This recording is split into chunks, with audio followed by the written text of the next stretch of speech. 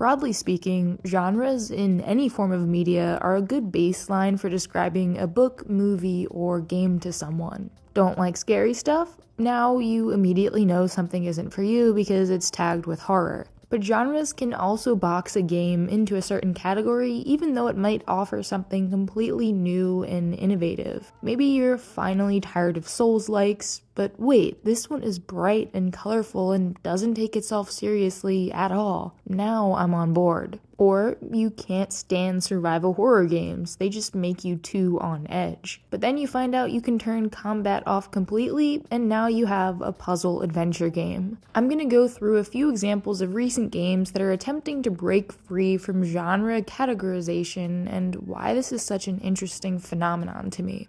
The inspiration for this video is the very recently released No Rest for the Wicked, currently in early access. So the ARP genre is something that I have no first-hand experience with. I've heard of Diablo, and that's about as far as it goes. But for some reason, when I saw this trailer, I wanted to know more. Turns out the game comes to us from the developers of Ori and the Blind Forest. Now, Metroidvanias are a genre I can definitely get behind, and as it turns out, No Rest for the Wicked is a curious case for genre experimentation and innovation. The game's creative director, Thomas Mailer, explains in an interview to the uninitiated like myself that the ARPG genre is kinda split down the middle, Diablo-likes and Souls-likes, but they're looking to advance the genre and combine elements from both sides while also incorporating some of what they learned from creating the Ori series. According to a couple channels I watched, there's an emphasis on precision during both combat and traversal, and the world design itself is pretty genius the way that it loops back around and has tons of nooks and crannies filled with loot. Certainly a game that I hope succeeds and actually uses its time in early access for improvement and iteration, especially since there seem to be a lot of performance issues popping up. I know I talk about this game all the time these days, but that's because Animal Well is probably my most anticipated game of the year. And in just a few weeks, we'll all be able to experience its unique take on the Metroidvania. It seems like the biggest thing this one's doing differently for the genre is not including any combat. Hollow Knight could never. So that means on the combat to exploration spectrum, it is 100% focused on secrets and puzzle solving. But perhaps more surprisingly, Animal Well won't feature any of your typical platforming power-ups like the double jump. Instead of these power-ups that give your character superhuman movement abilities, you just have these little trinkets, a yo-yo, a bubble wand, some firecrackers, and have to get creative with how you use them. So if you're sick of the same old Metroidvanias, I think you might like this one. And if you're sick of gloomy Souls-likes, you can play another Crab's Treasure in just a few days. I'll admit, Souls-likes are the one genre I've kind of actively been avoiding throughout the years. Mostly because of their notorious difficulty, but also their super gloomy settings. Just kinda bums me out, you know?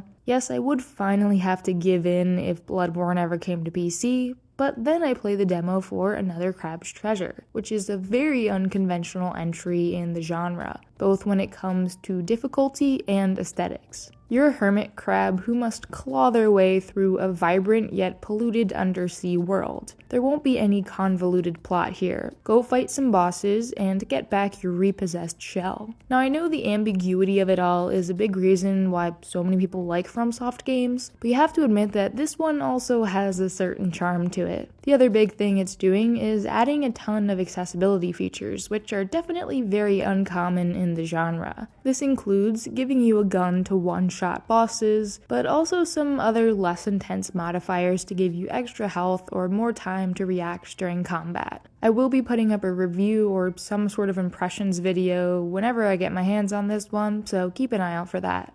How about some survival horror without the survival or horror? Okay, bear with me here. You totally can play Crow Country as intended, limited inventory, scrounging around for ammo and health items, these creepy zombie-like enemies. You can even go try the demo out right now. But come launch next month, you also have the option to get rid of all the danger and keep only the haunted theme park vibes and PS1 visuals. I didn't start diving into survival horror until last year when I picked up the Resident Evil 2 remake, and honestly, I don't know why I waited so long. Yeah, the game had its scary moments, but I quickly found out that I could handle them no problem. But what really had me intrigued was the compact, interconnected levels and the puzzles. And it got me thinking, what would a game like this be like without the zombies? And then came Crow Country. And the fact that it's even an option to turn off combat hopefully means that the game is designed well enough that it doesn't solely rely on its scare factor, that the world tells its own story and doesn't need the monsters to give it an identity. Another game that I totally can't wait to play.